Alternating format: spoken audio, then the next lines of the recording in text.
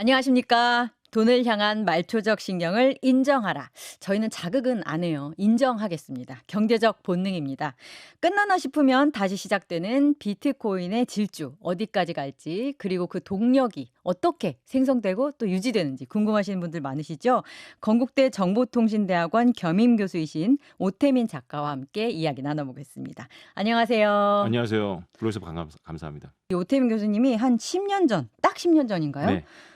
비트코인이 장차 1억까지 갈 거다. 이런 얘기를 하셨었는데 그때 한계가 50만 원이었다고 네. 해요. 근데 50만 원짜리가 나중에 1억 간다라고 10년 전에 말씀하셔서 욕을 그때 무지하게 드셔 가지고 한 오래 사실 것 같다. 네. 그런 얘기가 있거든요. 네. 그게 참 궁금하더라고요, 일단. 네. 혈색이 좋아 보이셔 가지고. 음. 네. 뭐 욕을 많이 먹어서 오래 산다면 오래 살아야 되겠죠. 음. 근데 그때 정말 그 1억 간다라고 왜 제가 그렇게 떠들었는지 모르겠는데 네. 뭐가 내린 건 아니었고요. 음. 그냥 1억이라는 숫자는 너무 멀어 보이니까 음. 될 때 될 테니까 뭐 당장 책임 안 져도 되는 숫자라서 부른 건데 아, 약간 상징적인 그렇죠. 숫자였구나. 무량대수 대신 부른 건데요. 어. 10억 부를 걸 그랬어요. 그러면 아. 10억 대수 텐데. 그럼 더 오래 살 수 있었는데. 예. 네. 근데 막상 1억이 되고 나니까 음. 인제 사람들이 그 얘기를 좀 하는 것 같아요. 네. 근데 그 당시에는 사실 제가 교수님 모시면서 철학자라는 소개를 좀 하고 싶어요. 왜냐면은 비트코인이 단순히 이제 투자 자산 아니면 돈 버는 수단, 화폐냐 뭐냐 이런 얘기에 앞서서 일종의 세계관에 가까운 거거든요. 근데 교수님이 그걸 좀 일찍 그 얘기를 하신 분이라는 약간 평가를 저는 개인적으로 하고 싶거든요. 그래서 그런 얘기를 맨 처음에 할 때는 확신이 있어야 될 것 같거든요. 네. 이 세계에 대한 확신. 그렇죠. 예. 예. 어떻게 갖게 됐어요? 그러니까 거의 혼자였잖아요. 그렇죠. 그러니까 비트코인만 공부해 갖고 비트코인에 대한 확신을 갖기는 어려워요. 제가 이제 그전에도 계속 독서 활동을 해 왔었는데 독서 활동. 네. 그렇죠. 뭐 제가 PhD가 있는 건 아니니까 그냥 마구잡이로 읽는 거죠. 그래서 마구잡이로 읽었던 책들이 이제 우연히 비트코인하고 관련이 있었어요. 그러니까 제가 대학교 때도 인터넷이 이제 우리 대학교 한 4학년 때인가 보급됐는데 인터넷이 보급되기 전에 인터넷과 관련한 탈중앙화라는 담론이 있었어요. 미국에. 그걸 제가 외국 서적을 읽다가 우연히 발견해서 그거 가지고 연구도 하고 공부도 하고 책도 썼거든요. 네. 대학 다닐 때. 사실 제가 대학 때 지금보다 훨씬 더 유명했습니다. 대학생이 책 썼다 그래 갖고. 오. 네. 근데 당시 이제 쓴 책 제목을 알 수 있어요? 네, 그건 찾아보면 안 되는데 하여튼 여백의 질서라는 책입니다. 아, 왜 네. 흑역사예요? 뭐 다 틀렸죠. 근데 아.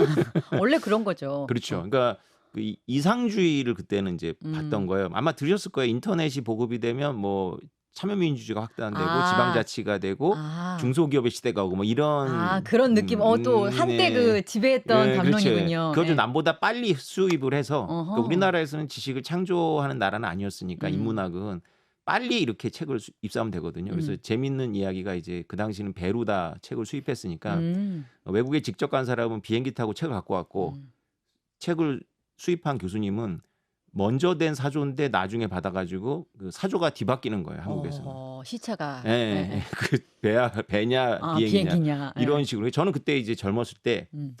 좀 일찍 그런 그 탈중앙화에 대한 열정이 있어요. 어. 그 미국인들한테 네, 혹은 네. 백인들한테. 네. 그런 인문학에서 그걸 접했던 계기가 있었는데 사실 살면서 그런 건 까먹었었죠.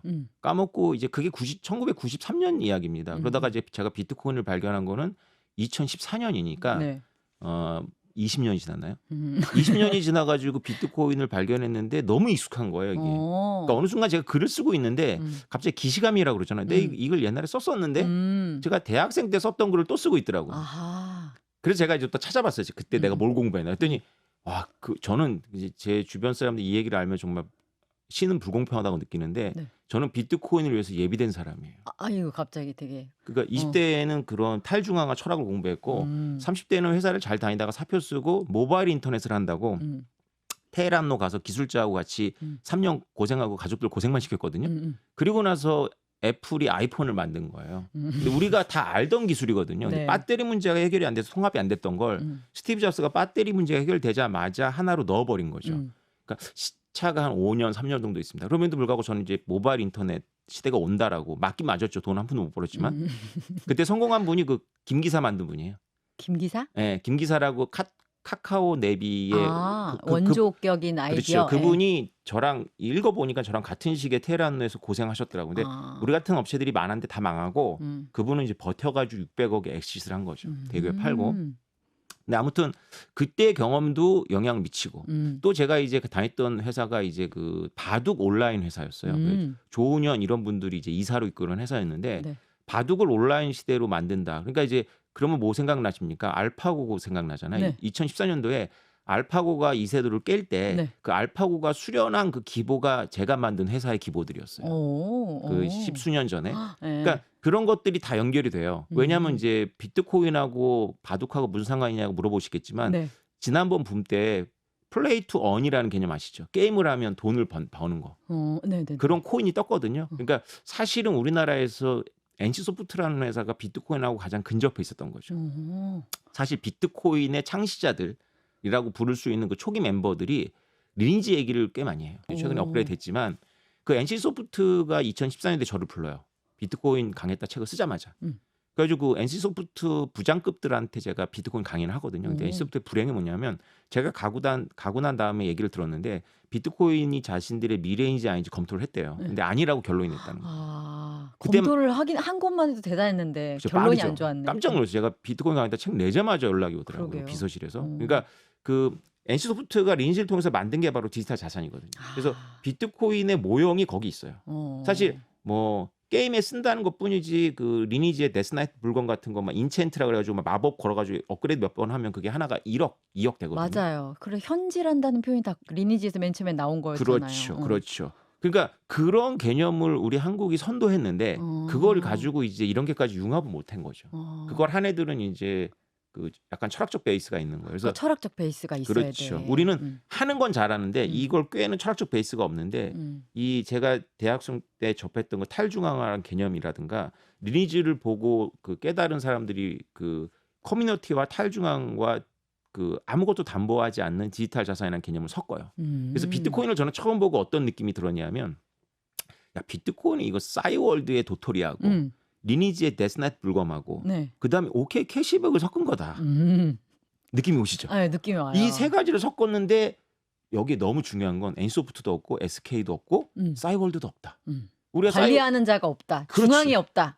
우리 싸이월드 우리 다 썼잖아요. 근데 싸이월드의 문제가 뭐냐면 회사가 몇 번 옮겨가더니 이상해지잖아요. 내 도토리는 어디 갈까? 막 이렇게 그렇죠. 되는 거죠. 네. 플랫폼을 운영하는 주체가 없다는 게 사실은 단점이 아니라 장점인 거죠. 그러니까요. 사실 그 얘기까지 해가지고 오늘 나눌 건데 그 얘기와 섞은 좀 큰 얘기는 좀 뒤에서 하고 앞에서는 네.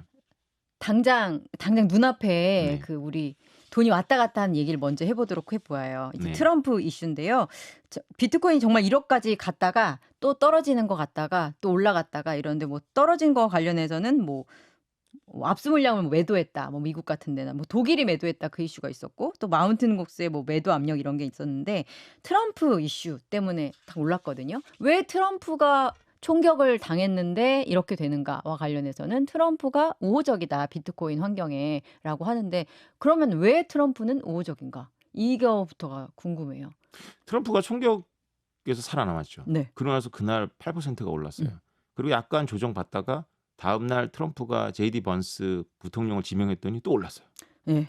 그리고 지금 마운트 곡스 물량이 움직이는 데가 또 떨어졌어요. 아무튼 정신이 없어요. 네, 정신이 없는데 이게 전부 2, 3일 안에 다 일어난 일입니다. 맞습니다. 자, 트럼프는 대통령 재임 시절에 기록을 세웁니다. 전 세계에 이제 보통 대통령이나 행정 수반인 수상이 비트코인을 직접 언급한 적은 없어요. 재무장관이라는 분들은 하는데 트럼프가 대통령 재임 시절에 트윗을 열고 그 당시는 트윗이었어요. 지금은 이제 X지만 털고 비트코인은 사기다. 스캠이다. 네. 어떤 것도 달러를 도전할 수 없다. 이렇게 얘기를 했어요. 맞아요. 그래가지고 그때 저는 팔았죠. 몇 개를 이건 떨어진다. 근데 진짜로 쭉 떨어졌죠. 네. 떨어졌는데 아무튼 뭐 그게 얼마나 영향이 있냐마는 또 미국이라는 나라가 대통령 한 명의 의견으로 좌우되는 나라도 아니고 그럼에도 불구하고 트럼프가 태세 전환을 합니다. 그 후보 시절에. 네. 그래서 갑자기 올해부터 네. 이 크립토를 자신의 그 정치 아젠다로 삼기 시작해요. 네. 몇 가지 중요한 발언을 했는데요. 채굴을 합니다. 비트코인은. 얻기 위해서. 예, 근데 보통 이제 중국에서 채굴을 많이 했었는데 중국이 금지를 했잖아요. 네. 그래서 미국의 텍사스하고 이런 데 많이 왔어요. 그래서 미국의 이제 뉴욕주나 이런 데서는 주 단위에서 비트코인 채굴을 불법화하는 그런 그 법도 만들고 그럽니다. 왜냐하면 그린피스라는 그 환경운동 단체가 비트코인을 악마로 규정을 해요. 채굴이 이제 이산화탄소 배출, 전기를 낭비한다라고. 전기가 어마어마하게 든다면서요. 예. 네네. 컴퓨터를 엄청 굴려야 돼가지고. 근데 그것에 대한 사실 여부는 좀 심각하게 고민을 해봐야 되는데 어쨌건 여하튼, 트럼프는 아시지만 트럼프의 정책 중에 예상되는 정책은 뭐냐면 바이든의 그 신재생 에너지로부터 화석연료로 회귀할 전환하는 거예요. 거죠. 예, 예. 회귀할 거예요. 바이든은 여러 가지 이제 사인을 안 해줘가지고 이제 등장하자마자 인플레이션 코로나 때문이기도 하지만 석유 가격을 잡지 못했거든요. 예, 그런 걸 이제 공격하고 있어요. 그러니까 신재생 에너지를 강조하는 게 이제 환경운동 쪽이니까 트럼프의 지지 세력은 아니거든요. 거기가. 그래서 트럼프 입장에서는 비트코인 채굴을 중국으로부터 가져야 된다. 우리가 뭐 이렇게까지 말씀하셨어요. 남은 비트코인은 모두 미국에서 채굴해야 된다. 그래서 이제 트럼프가 당선된다면 비트코인 채굴 산업이 미국에서 굉장히 화랑이 될 거란 예상을 하는데 트럼프가 또 이렇게 선회를 한 이유는 바이든의 지지 세력이었거든요. 누가 지지 세력이냐면은 스탠포드나 이런 지역에서 그 샌프란시스코 이런 지역에서 암호화폐를 좋아하고 그 다음에 벤처 캐피탈에 근무하고 이런 사람들은 전부 반 트럼프, 친 바이든 성향이었어요. 지난번 선거 때. 약간 리버럴 쪽의 사람들이 많이 비트코인을 하고 그 그렇죠. 사람들이 바이든을 많이 지지하는 세력이었는데 그렇죠. 그자들의 표를 내가 끌고 오기 위해서 그렇죠. 내가 크립토 대통령이 되겠다 이렇게 한 거예요. 그렇죠. 정말 정치적인 이유가 다네요. 예, 그리고 그 플러스 정치 자금. 자금. 네, 그러니까 이쪽이 돈이 또 많아요. 그래요? 아시아계가 많고 젊고 남성이고 그 다음에 공학도 출신들이 많은데 이 그럴 것 전통적으로 민주당 지지자들이에요. 이들이 대거 트럼프로 지금 이동했어요. 이탈이네요. 네. 그러니까 그렇고 보면 트럼프는 되게 타겟팅을 잘하네요. 딱 러스트벨트 사람들, 그다음에 이제 크립토 한 사람들 이렇게 탁탁 찍어가지고 타겟팅 해가지고 끌고 오는구나. 이번에 부통령 선임한 거 보세요. 부통령 얘기 잠깐 해볼까요? 러닝메이트이자 부통령 후보인 벤스 상원의원, 이 양반이 보니까 39살, 지금 말씀하신 그 뭐랄까 스펙에 맞는 사람처럼 보이는데 미 대선 후보자들 가운데 처음으로 비트코인을 보유한 인물이라고까지 알고 있어요. 얼마나 크립토 그 비트코인이랑 친연성 있는 사람인 거예요? 이 벤스라는 사람이 힐리빌리의 노래라는 그 책의 저자인데요. 저도 이제 주문을 했어요. 근데 이게 저 같은 사람이 많았는지 힐리빌리가 뭐 누군가요? 하여튼 그 지역을 얘기하는 것 같은데 네. 저도 드라마로 나왔는데 저도 개요만 보고 책을 보고 싶어요. 그래서 주문을 했는데 트럼프가 지명하자마자 전부 저처럼 다 주문했나 봐요. 책이 안 와요. 한국 사람 비슷합니다. 근데 이 분을 선택하기 전에 그 크립토 세계에서 이분이 후보가 될 것 같다라고 해가지고 배팅이 일어났어요. 근데 직전에 이분에 대해서 배팅하는 그 가격이 올라가서 저 뉴스에 뜬 걸 봤거든요. 이분을 선택한 건 진짜 트럼프가 천재적이라는 걸 의미해요. 어떤 의미에서? 트럼프의 지지 세력이 사실은 원래 민주당 텃밭이었던 중부 공업 지역입니다. 오하이오 이 출신이에요. 제조업. 그러니까 오하이오의 공화당 출신이 잘 안 되는데 초선 상원 의원이죠.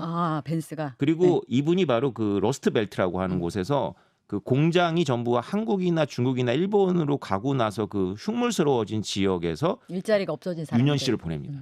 그리고 입시전제로 성공을 하는데 그게 다가 아니에요. 그러니까 트럼프한테는 이것 자체가 일단 이야기거리죠. 성징상인데 네. 이분은 또 벤처 캐피탈에 들어가요. 그래가지고 피터 티엘이라고 트럼프에 참모된 적이 있는데 페이팔 일론 머스크가 있죠. 일론 머스크가 페이팔 공동 창업자. 이 페이팔을 창업한 피터 티엘이 그 이더리움의 창시자인 저커버크의 장학금을 줍니다. 이 피터 티엘은 비트코인을 너무 좋아하는데요. 어떤 장학금을 만들었냐면 천재가 대학을 때려치고 그 사업을 시작하면 장학금을 줘요. 대학을 때려치면 줘요. 정말 한국에서 있을 수 없는 컨셉이네요. 이 피터 티엘은 이 리버럴 성향을 다 갖고 있는데 거의 유일하게 리버럴 유명인 중에는 8년 전에 트럼프 지지자였어요. 공화당. 네. 그다음 8년 전에는 트럼프 지지한다는 게 상상할 수 없었던 거거든요. 이쪽에서. 근데 그 피터 티엘이 만든 회사에서 일을 해요. 이 벤스라는 사람이. 그러니까 이분들과 교감이 있는 거죠. 그러니까 벤스라는 부통령에게는 오하이오 러스트벨트의 아들, 거기서 성공한 아메리칸 드림, 백인, 그리고 벤처 캐피탈 리스트. 이 이미지가 다 있는 거예요. 되게 중첩적인 뭔가 자원을 갖고 있는 사람을 심지어 어려. 본인 노세한데 딱 픽해가지고 정말 트럼프 되겠네요. 지금 될 분이겠네요. 그래서 그 선거 자금도 비트코인으로 받는다고 하잖아요. 네. 그게 돈이 궁해서라기보다는 상징적이죠. 예, 내가 이 업계와 이 세계에 대해 열려 있다라는 그렇죠. 거고 영화에서는 네. 범죄자끼리 비트코인으로 얼마 보내 이런 얘기가 나온단 말이에요. 그래서 비트코인의 성질로 우리가 알고 있는 게 이른바 반익명성인데 익명이기도 한데 반만 익명이다. 그래가지고 뭐 블록체인 기술을 보면은 처음부터 끝까지 거래 내역을 쭉 볼 수 있으니까 공개된 거야. 다 추적할 수 있어. 라는 얘기도 들리고 동시에 범죄자들이 쓸 수 있는 이유는 누가 썼는지 익명성이 보장되기 때문이야. 이 두 가지에 같이 있거든요. 이걸 네. 어떻게 합치면 되는지 좀 이번에 설명 좀 부탁드려요. 아우 뭐 핵심을 다 알고 계시네요. 보통 합쳐지질 않아요. 네. 보통은 이제 비트코인 그러면 첫 번째 이미지가 영화에서 저도 얼마 전에 그 지배종이라는 영화에 보니까 그 돈을 갈취할 때 비트코인으로 받더라고요. 오. 그 사실에 기반한 거예요. 실제로 넷플릭스 쪽에서 저한테 연락이 왔습니다. 그 자기네들이 드라마를 만드는데 그 자문 좀 해줄 수 있냐고. 그래서 제가 감사합니다라고 했는데 아직 답이 없네요.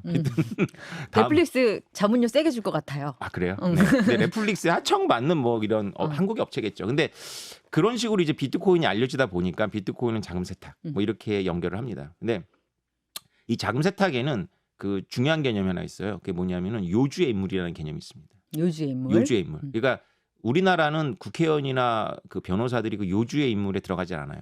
왜냐하면 대한 변협하고 그다음에 국회 문턱을 못 넘는 거예요. 근데 이건 글로벌 스탠다드는 아닙니다. 네. 정치가들 당연히 요주의 인물 들어가고요. 변호사도 당연히 들어갑니다. 그래서 변호사들과 그 정치가들의 금융 계좌는 특별히 더 들여다봐요. 오케이. 무슨 네. 말인지 알겠어요. 네. 비트코인과 관련이 있습니다. 기자님이 비트코인을 갖고 있는지 사람들이 모르잖아요. 네, 모르죠. 기자님은 비트코인과 자금 세탁하기에 최적화되어 있어요. 하지만 능력이 안 되네. 여하튼. 비트코인이 네. 없죠. 근데 저는 비트코인을 일찍 접했고 한국에서 비트코인에 대해서 강의를 하고 많이 다녔기 때문에 저는 요주의 요주의 인물입니다. 인물이네. 그래서 저는 네. 비트코인이 아무리 많고 그 다음에 그 트랜잭션이 보이지 않는, 그러니까 저는 10년 전에 비트코인을 샀기 때문에 한국의 거래소에 데이터베이스가 없어요. 그래서 저 같은 비트코인은 더 비싸게 팔아야 돼요. 거래소가 없을 때 샀으니까. 그러니까, 네. 그러니까 상속 때문에 저 같은 사람이 갖고 있는 비트코인은 웃돈을 주고 사는 수요가 있어요. 근데 저는 못해요. 저는 이제 왜냐면 요주의 인물이고. 요주의 인물이니까 네. 돋보기를 들고 있죠. 그럼 요주의 인물은 왜 비트코인을 갖고 못하냐? 비트코인 다 추적이 돼요. 그럼 추적이 된다는 게 익명이 보장된다는 거는 지금 오태민이라는 이름표를 붙여서 그 지갑이 있진 않지만 뭐 00377은 오태민이야라는 식으로 요주의 인물이 됐다는 건가요? 몇 가지 트랜잭션이 이렇게 있으면 이 사람을 특정을 안 한 상태에서는 이게 누구로 수렴되는지 모르는데 특정을 해놓고 관찰하면 때려 맞출 수 있는 거죠. 그럼 이를테면 우리 네. 회사에서도 라자루스가 법원 해킹했다고 해가지고 막 기사 쓰고 상도 받고 막 그랬는데 북한에서 쓰는 비트코인 지갑은 이거고 그 계좌는 이거야라는 게 몇 개가 특정이 돼서 요주의 인물이 되면 쭉 추적이 가능한 거죠. 북한에 있는 계좌는 이미 수만 개를 그 미국의 재무부에서 리스트에 올려놨어요. 이게 왜 수만 개가 되냐면 몇 개는 처음에 몇 개였는데 이걸 크러스트 기법이라 그래가지고 아주 소액으로 잘라가지고 딱 행성이 쫙 터지듯이 이렇게 터트려놔요. 그걸 다시 모읍니다. 그걸 다 추적해요. 추적이 가능하다. 사람이 안 합니다. 다 AI가 합니다. 이걸 다행이네요. 이걸 제가 어떻게 하냐면은 3년 전에 제가 잘 아는 변호사가 저를 급하게 호출을 했어요. 그 간첩 사건에 연루된 그 피의자 클라이언트를 담당하고 있는데 검찰에서 미국에 의뢰해가지고 자료를 받은 거예요. 이 사람한테 돈을 준 사람이 바로 북한 재무부가 지정한 북한 리스트에서 왔다라는 걸 증명하는 건데 보고서가 이만큼 두꺼워요. 영어를 한국어로 번역했는데 한국어가 더 어려워서 제가 영어로 읽어봤더니 내용은 심플한 겁니다. 왜냐하면 그냥 몇 개가 이렇게 있는데 그걸 터트려 갖고 다시 수렴하는데 그 터트린 지갑들을 추적해 보면 우리나라의 그 간첩으로 의심받는 사람의 지갑을 이동을 한 거죠. 그래서 제가 그걸 보고 이제 저에게 자문한 우리 변호사한테 이거는 쟁점을 삼는 게 유리하지 않다. 유리하지 않다. 왜냐면 내가 보기에는 거의 확률을 얼마나 되냐 그래서 제가 계산해 줬어요. 1억분의 1억이기 때문에 1조분의 1이다. 틀릴 확률. 그러니까 맞는 거죠. 그러니까 비트코인 이렇게 알면 수사에 굉장히 도움이 많이 되고요. 그 대신 이제 비용의 문제가 있어요. 그러니까 선남선녀가 비트코인 갖고 자금 세탁을 소소히 한다. 못 막습니다. 그걸 일일이 특정하기가 어렵죠. 요주의 인물이 되지 않는 한 익명성이 보장되는 탈중앙적 자산일까 화폐일까 그 얘기는 또 나중에 또 해볼게요. 그렇게 그럼 이해를 하면 될 것 같습니다. 일단 트럼프의 당선 가능성이 높아지고 트럼프가 여러 면에서 되게 비트코인이라든지 이런 가상자산에 우호적이기 때문에 가격이 오른다는 얘기까지 했는데요. 내리는 이슈 잠깐 또 짚고 갈까요? 네. 그 압수 물량이 매도됐다. 압수한 물량들이 이제 풀린다. 근데 뭐 미국이 또 엄청 또 지금 말씀하신 대로 미국이 잘 잡는 것 같아요. 보면 몇만 개도 다 요주의 인물로 지정하고 그러는 거 보면. 근데 미국뿐 아니라 뭐 독일 이런 데서도 잡고 팔고 그러더라고요. 그건 영향이 크게 없는 거예요? 영향이 엄청 많죠. 1%라고까지 하던데 미국이 갖고 있는 비트코인 물량이 전체에.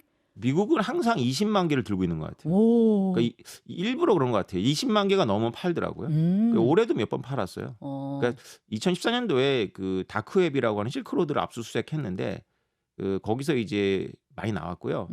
재밌는 건 뭐냐면 이제 다크웹에서 비트코인 초기니까 그때 미국에 만약에 저희가 서부에 살면서 교육받고 그리고 백인 친구들이 많고 하면 비트코인을 분명히 저나 기자님이 샀을 거예요. 왜냐하면 비트코인 있으면 마약할 수 있어 이런 거거든요.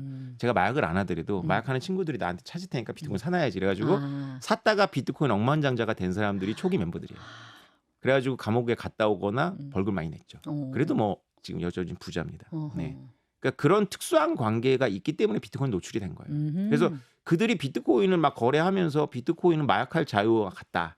마연 했는데 실크로드라는 데인데 거기 사장이 창업자가 걸렸어요. 자기 비서가 들고서는 이제 그거를 휘슬블로우를 한다고 하니까 살인 교사를 했어요. 그 살인 교사하다가 걸렸어요. 감옥에 계신데 재밌는 건 뭐냐면 이거를 수사하는 과정에서 수사관들이 빼돌려요.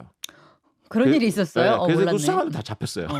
그러니까 원래 그 영화 보면 마약 같은 거 이렇게 빼돌리기도 하잖아요. 그렇죠. 이게 그런 줄 알았던 거죠. 근데 이거 트랜잭션이 다 나오니까 그대로 그냥 검사님 비트코인에 대한 큰 이해 없이 빼돌렸구만. 그렇죠. 그러니까 다 이해가 없었던 거예요. 그러니까 수사관도 이해가 없었고 이걸 사용한 사람도 이해가 없었던 거예요. 거기다가 이제 계좌를 걸어놓고 그리고 이제 계속 마약을 사려고 했는데 털렸잖아요. 못 움직이는 거예요. 그 못 움직이는 게 10만 개가 있어요. 그래서 그 중에 10,000개를 어떻게 생각하지? 10,000개를 내가 갖고 있어. 움직이고 감옥에 갔다 오실래요? 아니면은 저 같으면 그냥 시원하게 움직이고 공소시효가 있을 거 아니에요. 그래서 움직이는 것 같아요. 그래서 계속 그게 미국계 돼요. 그러니까 형량 거래하는 것 같아요. 그렇네. 뉴스는 안 나와요. 네, 재밌는 포인트네요. 네. 그러니까 지금 과거에 그렇게 비싸지 않았을 때 있었는데 아까 말한 우리의 그 비트코인의 특징 때문에 움직이면 걸려. 왜냐하면 요주의 인물이 돼 있으니까. 그렇죠? 하지만 나는 그냥 시원하게 움직이고 그냥 백만장자로서 살겠다. 그렇죠. 한 6개월이나 1년이면 되는 것 같아요. 6개월 1년. 6개월 1년 고생하면 되는데 좋은 변호사 쓰면 그 연방 그 교도소도 좀 괜찮은 데 간다고. 플리 바게닝 또 잘하면 되잖아요. 그쵸? 제가 저뿐만 아니라 제 주위에 백만장자들 드레들 쫙 부를 테니까 좀 거래 좀 합시다 이렇게. 근데 왜 제가 이런 상상을 하면서 즐거워하죠? 그래서 미국이 어디서 났다는 얘기를 발표 안 하는데 계속 늘어요.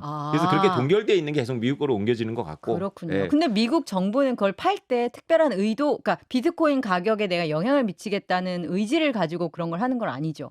무작위로 파는 걸로 보이는데 근데 절묘하게 비트코인 가격이 좀 오른다 싶으면 파는 것도 있어요. 손해는 안 보고 팔겠다 이거구만. 그렇죠. 이게 미국의 무슨 마샬이라고 하는 어떤 수사 계통의 기관이에요. 거기서 이제 이 수사 중에 마약 같은 거 못하지만 이제 뭐 다른 수사하는 중에 이제 압수한 어떤 것들을 처분하는 그런 특별한 기관이 있는데 그 기관에 있는 관료들이 그렇게 뭐 금융에 대해서 일을 한다든가 하는 미국의 뭐 그 금융 패권에 대해서 이해를 한다거나 이런 것 같지 않아요. 그냥 파는 것 같아요. 그냥 파는데 그래서 이익을 실현하는데 공짜로 얻었으니까 막 파는 거거든요. 이익을 실현하는데 그게 저희 같은 비트코이너들이 관찰하면 좀 아프죠. 좀 아픈 대목에서 팔아요. 올라가고 있을 때 파는 게 왜 아픈 대목이죠? 그러니까 올라가고 있을 때 팔아가지고 분위기를 깨든가 아니면 진짜 추운 겨울에 막 팔아갖고 아주 그냥 뭐 우리를 그냥 뭐 지하로 보내죠. 하지만 그거는 우리가 예측할 수 있는 변수가 아니잖아요. 그렇죠. 그러니까 그거는 뭐 어떻게 보면 뭐 천재지변이라고 치고 그러면은 마운틴 곡스, 그러니까 일본 가상 자산 거래소 파산할 때 생긴 그 10만 개 걔네는 언제 또 풀려요? 이제 풀리고 있습니다. 풀리고 있는 상황이죠. 그러면 그거는 우리가 어느 정도 변수로 이해하고 움직여야 돼요? 그렇죠. 그게 14만 개거든요. 비트코인 14만 개, 비트코인 캐시 14만 개가 있습니다. 그래서 원래는 20만 개였는데요. 6만 개를 고바야시라는 유주얼 서스펙트라는 영화를 혹시 아시면 그 고바야시 변호사 맞죠. 나오거든요. 이름이 똑같아요. 고바야시라는 그 청산 관리인이 2018년도 1월에 팔아먹었습니다. 그래가지고 그 가격을 하락시킨 거예요. 그래가지고 그 채권자들이 이 귀한 비트코인 왜 팔아 해가지고 가처분 소송을 해갖고 못 팔게 했어요. 그때 걔 다 팔았어야 돼요.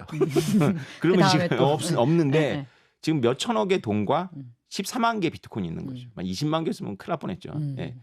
그 14만 개가 이제 10년 만에 이제 채권자한테 돌아갑니다. 그 음. 채권자들 중에는 이미 팔아먹은 사람이 있어요. 그래서 그 채권을 그렇게 휴지 조각일 때 회수한 어떤 법률 대리인 기관이 있고, 그러나 아직도 그걸 갖고 있는 개인들이 있죠. 근데 사람들은 뭐 갑론을박 있어요. 이들이 14만 개를 전부 팔아서 현금화하지 않을 거다라고 하는데, 저는 낙관도 비관도 안 해요. 왜냐하면 현실적으로 생각합니다. 네. 만약에 기자님이 네. 어디 외국 법원에 기자님한테 돌려줄 건데 100억 있다고 생각을 해보세요. 그럼 라이프 스타일 바꾸시겠어요? 안 바꾸시겠어요? 지금 나 100억 없으니까 난 가난하게 살고 여름 휴가도 그냥 그 설악산 가고 이럴래? 아니면 뭐 3년 있다가 올 거니까 나 하와이 뭐 이렇게 하실래요? 당연히 저는 또 네. 즉흥적인 사람이기 때문에 바로 바꿀 것 같은데요. 그렇죠. 그래서 이들이 다 통장이 마이너스예요 지금.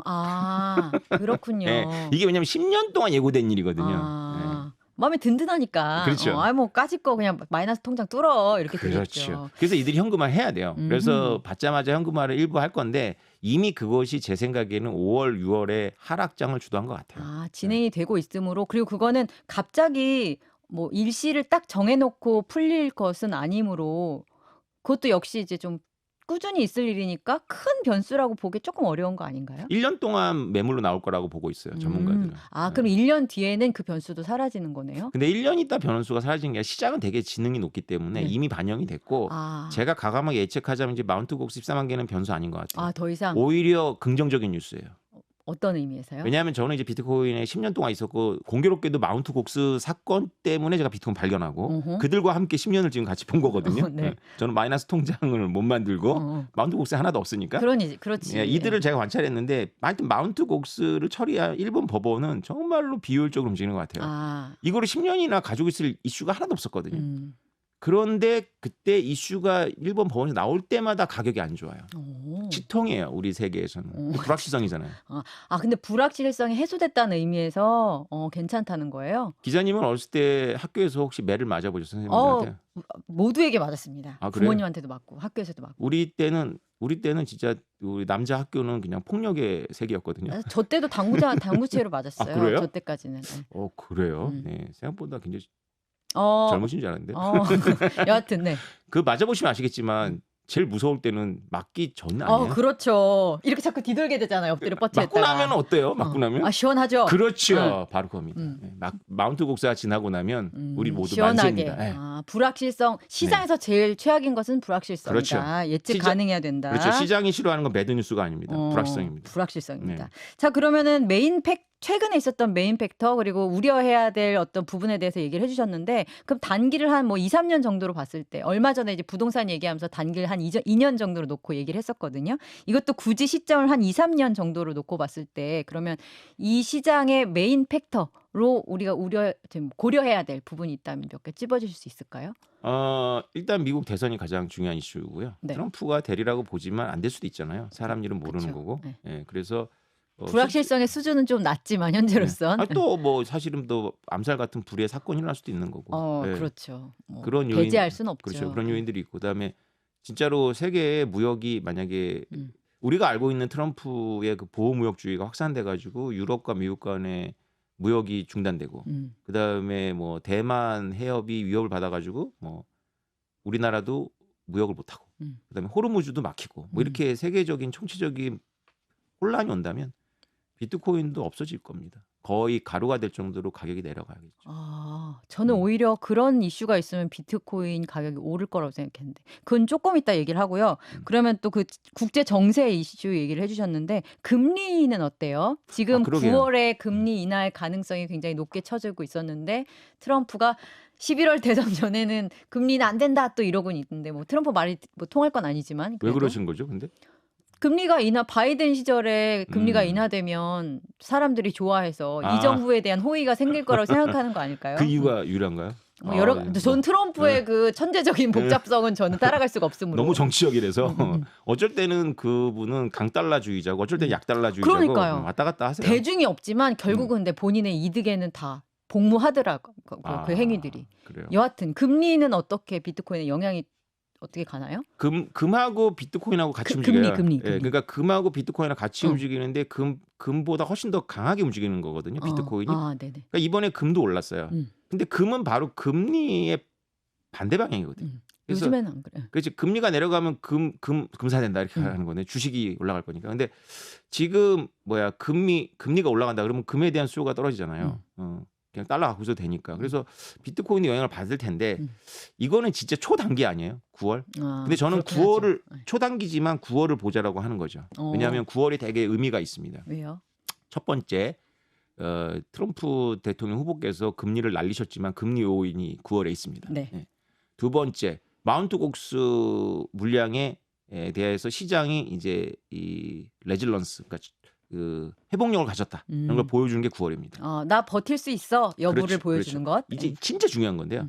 원래 4월에 우리가 그 반감기가 있었어요. 비트코인 반감기. 네. 그 4월에 비트코인 반감기 있으면 일반인들은 반감기에 대한 기대를 잘못 알고 바로 오를 거라고 기대를 하죠.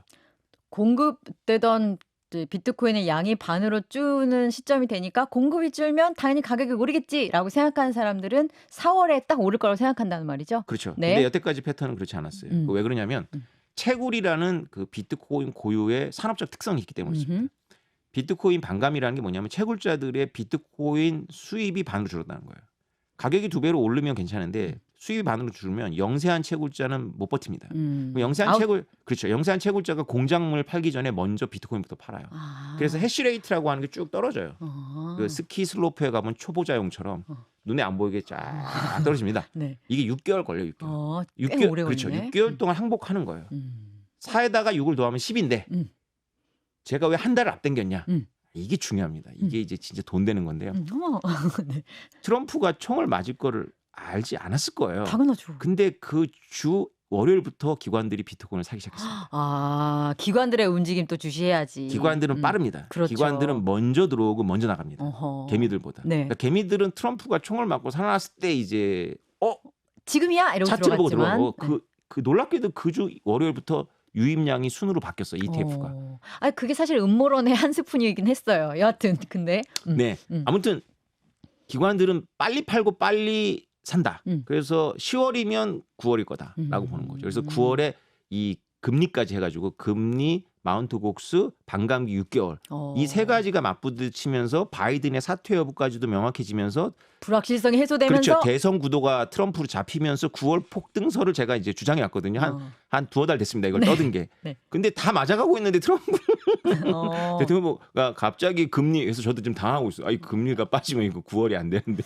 근데 뭐 트럼프가 그렇게 말한다고 해서 금리가 결정되는 건 아니겠지만 트럼프의 확실한 그 또 당선 가능성이 높아진다는 것이 그게 또 상쇄하는 경향이 있어가지고 9월은 굉장히 중요한 달이라는 건 여전한 것 같아요. 네. 알겠습니다. 지금 오태민 교수님이랑 9월에 지금 우리가 비트코인과 관련해서 되게 정신을 바짝 차리고 봐야 된다라는 얘기를 비트코인의 성격과 그다음에 최근에 있었던 여러 변수들까지 해가지고 정리를 해보았고요. 다음 시간에는 이 비트코인과 이제 글로벌한 정치 이슈까지 해서 그 세계관을 조금 더 들여다보는 시간을 가졌으면 좋겠습니다. 오늘은 여기까지 하겠습니다. 감사합니다. 감사합니다.